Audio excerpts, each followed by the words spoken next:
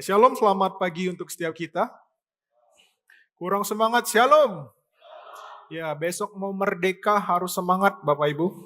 Tadi WL udah terus ngomong lebih dari pemenang gitu ya. Kalau lebih dari pemenang harus semangat. Atau mau nyanyi sekali lagi Bapak Ibu? Saya panggilkan Ibu Priska. Cukup lah ya. Nah Bapak Ibu terkasih, kita bersyukur terlebih hari ini kita dapat sama-sama beribadah, memuji dan meninggikan nama Tuhan. Bapak Ibu, saya yakin dan percaya di dalam kehidupan kita banyak hal yang kita alami dan juga banyak hal yang terjadi. Dan saya yakin dan percaya di dalam kehidupan kita semua terjadi tidaklah sama. Apa yang kita rasakan cenderung berbeda-beda. Apa yang kita alami juga cenderung berbeda-beda. Tetapi kita bersyukur di tengah keberbedaan itu, kita punya Tuhan yang luar biasa, yang terus memimpin dan menolong kehidupan kita. Amin Bapak Ibu. Ya, di bulan ini kita kembali melanjutkan perenungan firman Tuhan di dalam kitab Mazmur. Saya yakin dan percaya bagi Bapak Ibu yang beberapa waktu ini juga ambil bagian membaca, merenungkan, banyak hal yang bisa kita dapatkan. Secara khusus mengenai karya Tuhan, mengenai perbuatannya, bahkan kita juga melihat kebesarannya di dalam setiap tulisan dan juga ayat-ayat yang tersampaikan. Nah firman Tuhan hari ini Bapak Ibu terkasih saya beri judul Jehovah Jireh atau Tuhan yang menyediakan. Sebelum lebih jauh memberitakan firman Tuhan, saya ingin bertanya sederhana kepada Bapak Ibu terkasih. Di waktu-waktu ini, di hari-hari ini, bahkan mungkin di saat-saat ini, apa yang paling Bapak Ibu butuhkan dari Tuhan? Mungkin kita bisa pikirkan sejenak. Kalau di sebelah pasangannya, boleh tanya pasangannya, gitu ya. Kalau malu nanya di sini, nanti di rumah juga boleh. Nah, Bapak Ibu terkasih, saya yakin dan percaya beberapa kata terlintas di pikiran kita. Secara khusus dengan pertanyaan apa yang dibutuhkan dari Tuhan. Saya yakin dan percaya yang mungkin hari-hari ini usahanya sedang sulit, sedang bergumul, sedang letih lesu dan berbeban berat, gitu ya. Akan meminta Tuhan, tolong usaha saya. Di antara kita mungkin ada yang mengalami sakit, kelemahan tubuh dan sebagainya. Saya yakin dan percaya langsung terlintas, Tuhan, saya butuh kesembuhan. Yang studinya mandek, ada problem dan sebagainya juga mungkin akan langsung berpikir, Tuhan, tolong studi saya, gitu ya. Bahkan yang lebih spesial lagi, yang belum menikah mungkin berpikir, Tuhan, mana jodoh saya, gitu ya. Betul ya Silpi ya. Di depan ada, di belakang ada, tinggal dipilih, gitu kan. Nah, Bapak Ibu terkasih di dalam nama Tuhan Yesus, ketika berbicara ini saya yakin dan percaya banyak hal yang terlintas di benak kita. Bahkan kadang kita berpikir dan ada beberapa orang yang beranggapan Tuhan itu seperti palu gada. Apa lu mau? Tuhan ada. Mau ini? Ada. Mau itu? Ada. Mau ini? Kaget dulu. Nah Bapak Ibu terkasih, tapi pernahkah kita berpikir bahwa kadang-kadang kebutuhan terbesar itu bukanlah sesuatu yang Tuhan berikan. Tetapi kebutuhan yang terbesar, terpenting, terutama, melainkan Tuhan itu sendiri. Nah maka daripada itu sangatlah penting hari ini kita akan sama-sama belajar bagaimana Tuhan kita, Tuhan yang menyediakan. Bahkan dia menyediakan dirinya sendiri untuk kita umatnya. Saya mengajak kita membuka Alkitab di dalam Mazmur 46. Kalau di handphone bacaan kita ayat pertama sampai ketiga. Kalau di Alkitab ayat kedua sampai keempat. Saya akan bacakan ayat yang pertama, Bapak Ibu baca ayat yang genap, dan nanti ayat yang ketiga kita baca bersama-sama. Saya akan mulai dari ayat yang pertama. Allah itu bagi kita tempat perlindungan dan kekuatan, sebagai penolong dalam kesesakan sangat terbukti.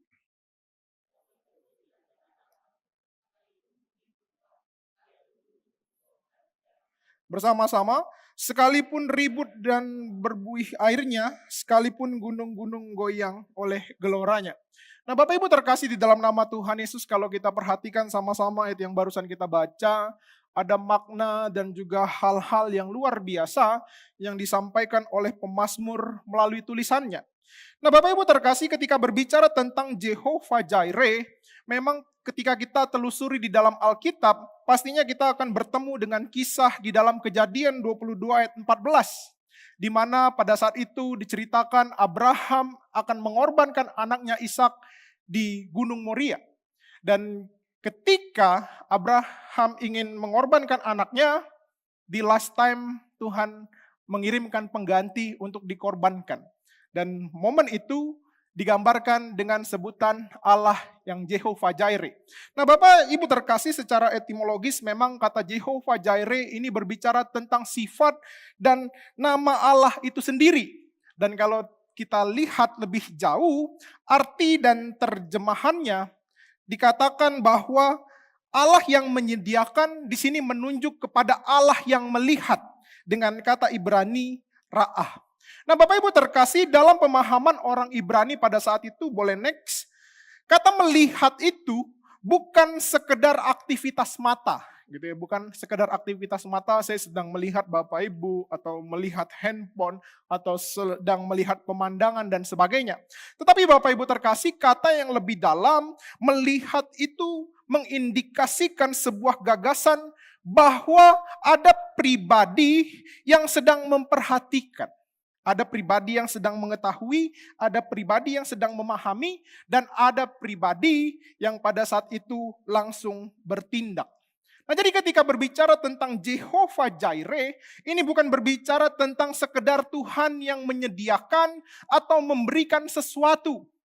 Tetapi kalau kita terusuli lebih dalam, di situ ada proses, ada momen di mana Allah memperhatikan, Dia mengetahui, memahami, bertindak dengan menyediakan apa yang ada dan diperlukan.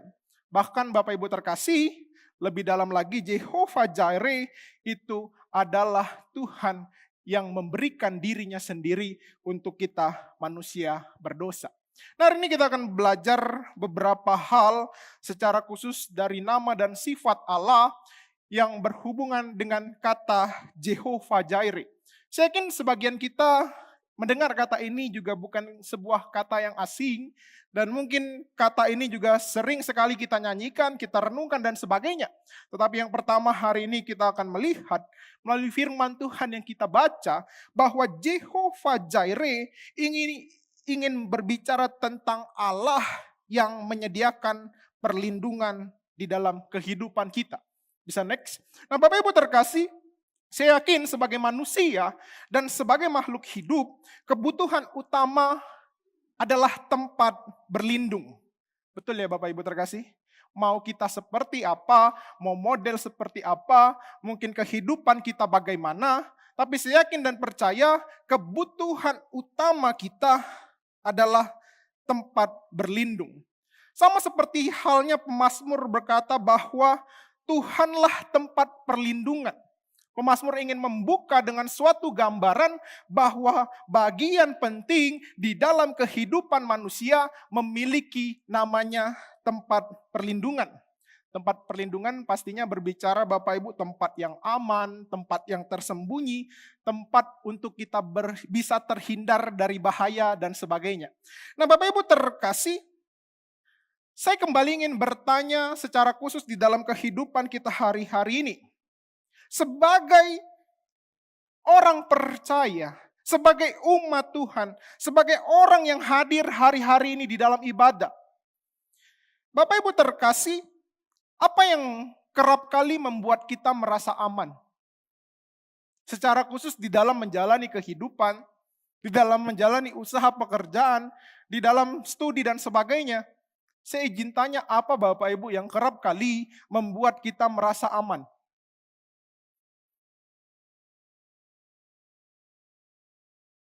Apa Bapak Ibu? Bapak Ibu, saya yakin dan percaya sebagian dari kita akan merasa aman kalau kita punya uang banyak. Sebagian daripada kita akan berpikir ketika kita punya deposito yang besar, sesuatu yang nilai investasinya tinggi, aman hidup. Saya suka bercanda, kalau kita punya emas sekaleng kongguan gitu ya, aman hidup. Ada yang punya Bapak Ibu? Kok Indra gitu ya? Kaleng nyoba. Nah Bapak Ibu terkasih di dalam nama Tuhan Yesus, sebagian daripada kita akan berpikir punya uang, punya deposito, punya tabungan banyak, aman. Mau 1 keturunan, 7 keturunan, dan sebagainya. Tapi ada juga yang merasa aman ketika memiliki jabatan. Bisa ini, bisa itu. Bisa melakukan ini, bisa melakukan itu. Ada juga yang berpikir ketika saya punya rumah mewah, rumah bagus, di dalam komplek tertentu, aman, hidup. Nah Bapak Ibu terkasih, tetapi pemazmur secara khusus memulai dengan sesuatu yang menarik. Pemazmur berkata bahwa Allah tidak memberikan kita sebuah perlindungan. Allah tidak memberikan kita sebuah perlindungan. Tetapi pemazmur berkata Allah sendirilah tempat perlindungan kita. Nah Bapak Ibu terkasih, ini sesuatu yang penting yang harus kita pahami, yang harus kita mengerti. Karena apa Bapak Ibu? Karena terkadang kita lebih sibuk mencari apa yang bisa melindungi kita. Betul ya? Pagi cari cuan, sore nyari cuan, malam cari cuan. Disimpanlah di rumah. Tiba-tiba rumahnya dilalap api. Selesai. Habis. Dan sebagainya. Nah Bapak Ibu terkasih, terkadang kita lebih sibuk mencari apa yang bisa melindungi kita. Kita malah menghiraukan sesuatu pribadi yang dapat melindungi diri kita sendiri. Kita lebih sering mencari apa yang bisa menjaga kita. Berupaya untuk sehat. Berupaya untuk umur 30 tahun udah financial freedom gitu kan. Nah Bapak Ibu terkasih, firman Tuhan mengingatkan kepada kita bahwa Allah sendirilah tempat perlindungan kita. Allah sendirilah tempat perlindungan Bapak Ibu yang menyediakan dan memberikan rasa aman secara khusus di dalam kehidupan kita. Bahkan kalau kita perhatikan lebih dalam dan lebih jauh lagi, pemazmur ingin memberitahukan bahwa perlindungan yang berasal daripada Tuhan, ini perlindungan yang tidak dapat diberikan oleh dunia. Nah Bapak Ibu terkasih di dalam nama Tuhan Yesus, berbicara tentang Jehovah Jireh, ingin mengingatkan kepada kita ya bahwa Allah itu sendirilah tempat perlindungan yang memberikan rasa aman, yang memberikan rasa untuk kita tenang, nyaman, dan sebagainya. Nah maka daripada itu Bapak Ibu terkasih di dalam nama Tuhan Yesus, semestinya sebagai orang percaya kita merasa aman bukan karena apa yang kita dapat, bukan karena apa yang kita miliki, tetapi karena Allah sendirilah yang menjadi tempat perlindungan. Amin Bapak Ibu terkasih. Saya beberapa waktu ini lagi sibuk dengan anak kami yang nomor 2 gitu ya. Nomor 2 itu umur 11 bulan lagi lincah-lincahnya. Lagi belajar jalan, lagi belajar manjat. Mungkin cita-citanya mau jadi panjat tebing gitu kan. Nah Bapak Ibu terkasih, saya perhatikan anak saya ini, karena di Pospel itu kan ada beberapa jemaat gitu ya. Suka digendong sana sini, digendong sana sini. Dengan iming-iming inilah ya, pempek lah dan sebagainya, walaupun belum bisa dimakan gitu kan, nanti bapaknya yang makan. Nah Bapak Ibu terkasih, saya perhatikan anak yang kecil ini, dia nggak peduli dengan apa yang diberikan. Mungkin oleh jemaat, mungkin oleh orang lain. Dia nggak peduli Bapak Ibu dengan keadaan seperti apa. Di luar hujan, badai, mati lampu, nggak ada air, dia nggak peduli Bapak Ibu. Ketika dia datang ke saya saya gendong, saya peluk, itu dia rasa tempat terbaik. Itu dia rasa tempat ternyaman dalam naluri dia sebagai anak dengan bapaknya. Nah, Bapak Ibu, saya ingin juga berkata, sebagai orang percaya, semestinya kita juga seperti ini.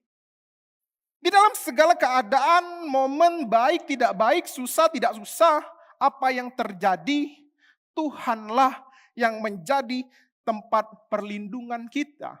Kita datang, dipelukannya, kita tenang, dan sebagainya. Amin, Bapak Ibu.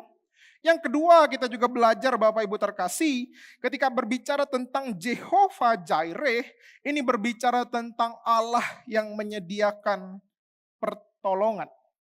Ketika kita berbicara tentang pertolongan Tuhan, Bapak Ibu, saya sederhana saja akan berangkat dari bagaimana karya Tuhan, baik bagi umatnya dan juga bagi kehidupan setiap orang yang percaya, baik di masa lampau hari ini dan di masa yang akan datang.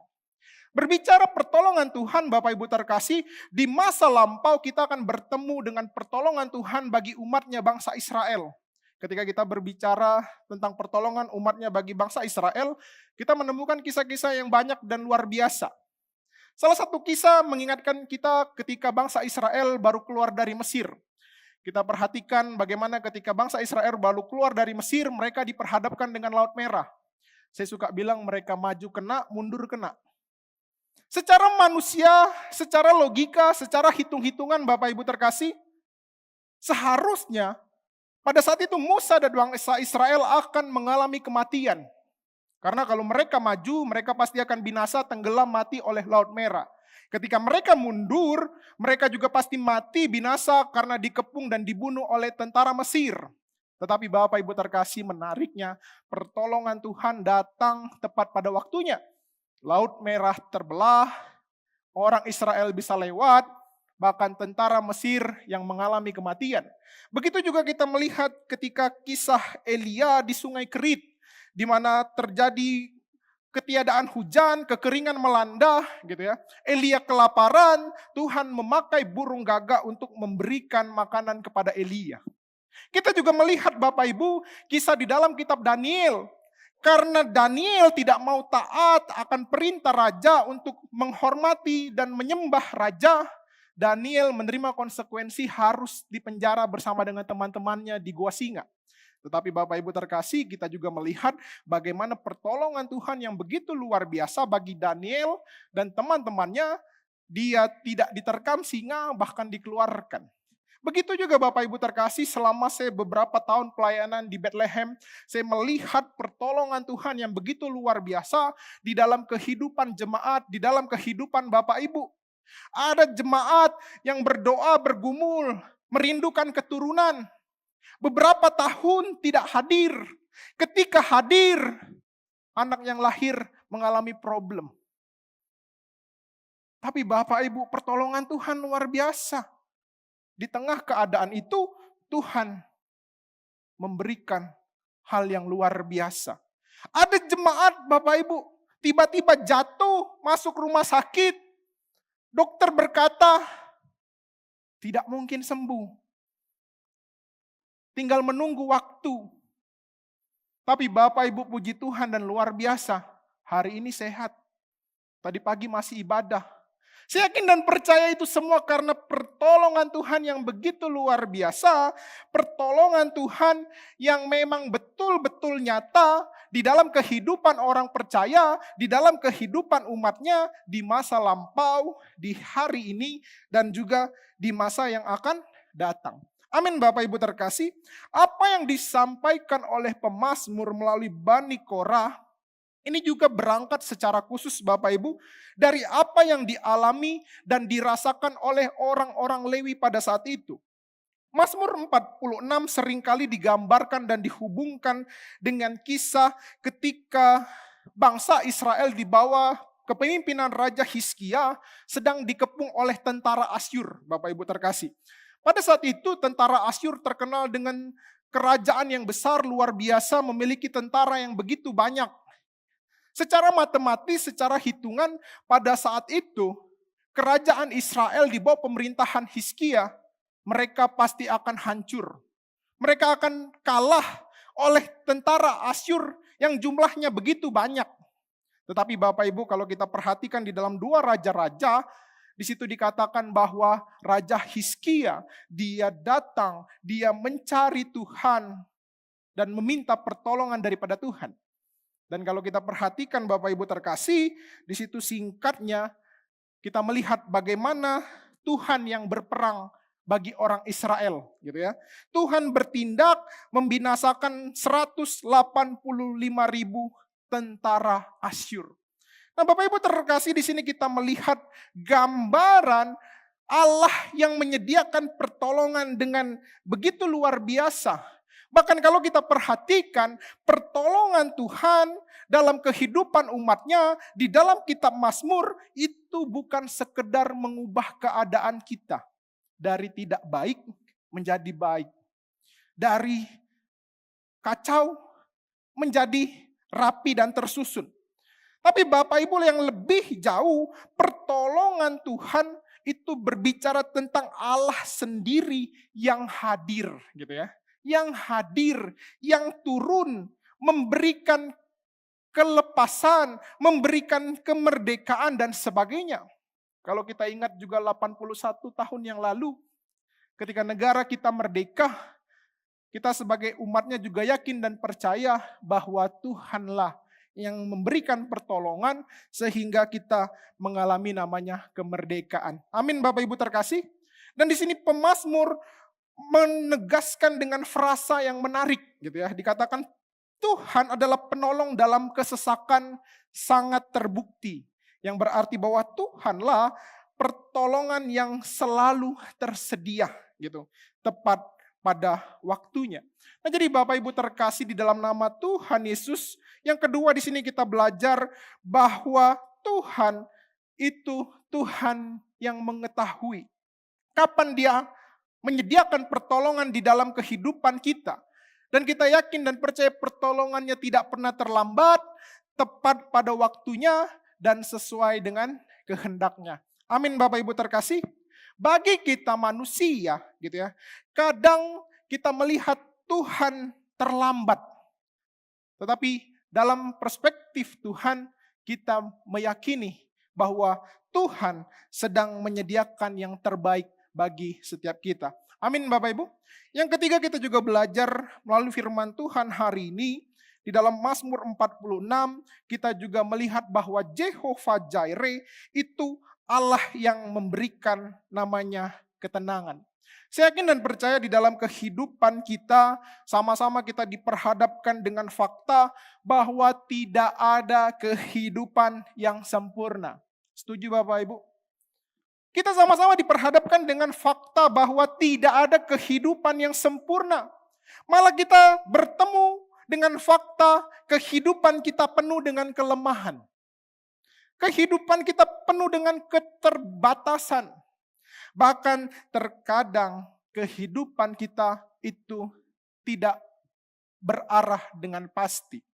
Nah Bapak Ibu terkasih, saya yakin dan percaya biasanya nih gitu ya, kita akan tenang ketika kita sehat. Kita akan tenang ketika kita merasa masih muda.